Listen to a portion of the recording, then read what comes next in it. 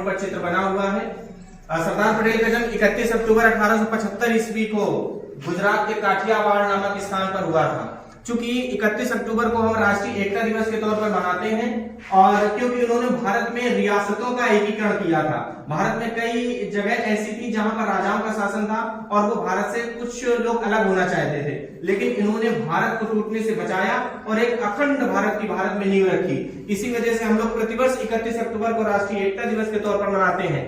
और गुजरात में सरदार वल्लभ भाई पटेल की सबसे ऊंची मूर्ति लगी हुई है जो कि 182 मीटर है। तो जिस प्रकार जितनी बड़ी इनकी भारत में मूर्ति लगी हुई है उतना ही बड़ा इनका हृदय भी था और इनको हम लौह पुरुष के नाम से भी जानते हैं क्योंकि इनके अंदर दृढ़ इच्छा शक्ति कूट कूट कर भरी हुई थी। तो 31 अक्टूबर को हम प्रतिवर्ष राष्ट्रीय एकता दिवस के तौर पर मनाते हैं।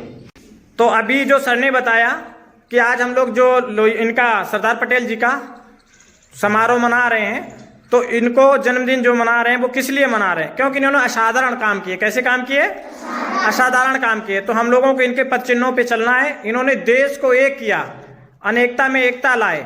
इन्होंने ऐसे सूबे और ऐसे राज्यों को एक कर दिया जिनकी हम लोग कल्पना नहीं करते थे। हैदराबाद को अपने मिला लिया, जम्मू कश्मीर को अपने में मिला लिया, है ना, और अखंड भारत को, जूनागढ़ को मिला लिया, अखंड भारत का निर्माण किया। इसलिए इनको लौह पुरुष कहते हैं। इनकी उम्मीदें बहुत थी, बहुत पॉजिटिव सोचते थे, है ना।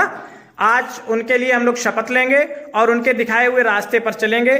और कई सरकारों ने इनको सम्मान भी दिया, बहुत ज्यादा सम्मान दिया। इनको सबसे ऊंचा सर्वोच्च जो अपने भारत सरकार के पास होता है, भारत रत्न, वो भी इनको मिला, ठीक, 2014 में। इसके बाद अन्य सरकारों ने, माननीय प्रधानमंत्री अटल बिहारी वाजपेयी जी ने इनकी याद में विश्व की सबसे ऊंची मूर्ति गुजरात में बनाई और उसका नाम स्टैचू ऑफ लिबर्टी रखा गया, यूनिटी, स्टैचू ऑफ यूनिटी रखा गया। और जिसकी आमदनी, जितना पैसा लगा था उससे कई गुना पैसा 5-6 महीने में ही निकल आया। विरोधियों का कहना था कि इतना पैसा बर्बाद कर दिया गया, लेकिन उससे टूरिज्म बढ़ा। क्या बढ़ा?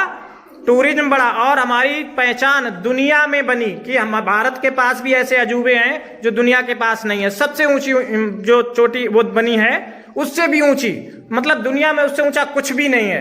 तो कभी मौका मिले तो हम लोग सब लोग वहां चलेंगे, देखेंगे, है ना। अब हम सब लोग अपनी जगह पे खड़े हो जाएंगे और शपथ लेंगे। क्या करेंगे? शपथ लेंगे। सीधा हाथ आगे करेंगे। राष्ट्रीय एकता दिवस पर शपथ लेंगे। हम सत्यनिष्ठा से शपथ लेता हूं कि मैं राष्ट्र की एकता, अखंडता और सुरक्षा को बनाए रखने के लिए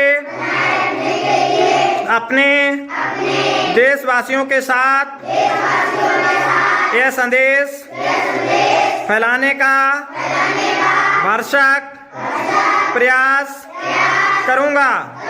मैं शपथ लेकर अपने देश की एकता की भावना से ओतप्रेत होकर कार्य करूंगा, जिसे सरदार वल्लभ भाई पटेल की दूरदर्शिता एवं कार्यों द्वारा संभव बनाया जा सकता है। मैं अपने देश की आंतरिक सुरक्षा सुनिश्चित करने के लिए अपना योगदान करने का भी सत्यनिष्ठा से संकल्प करता हूं। जय हिंद।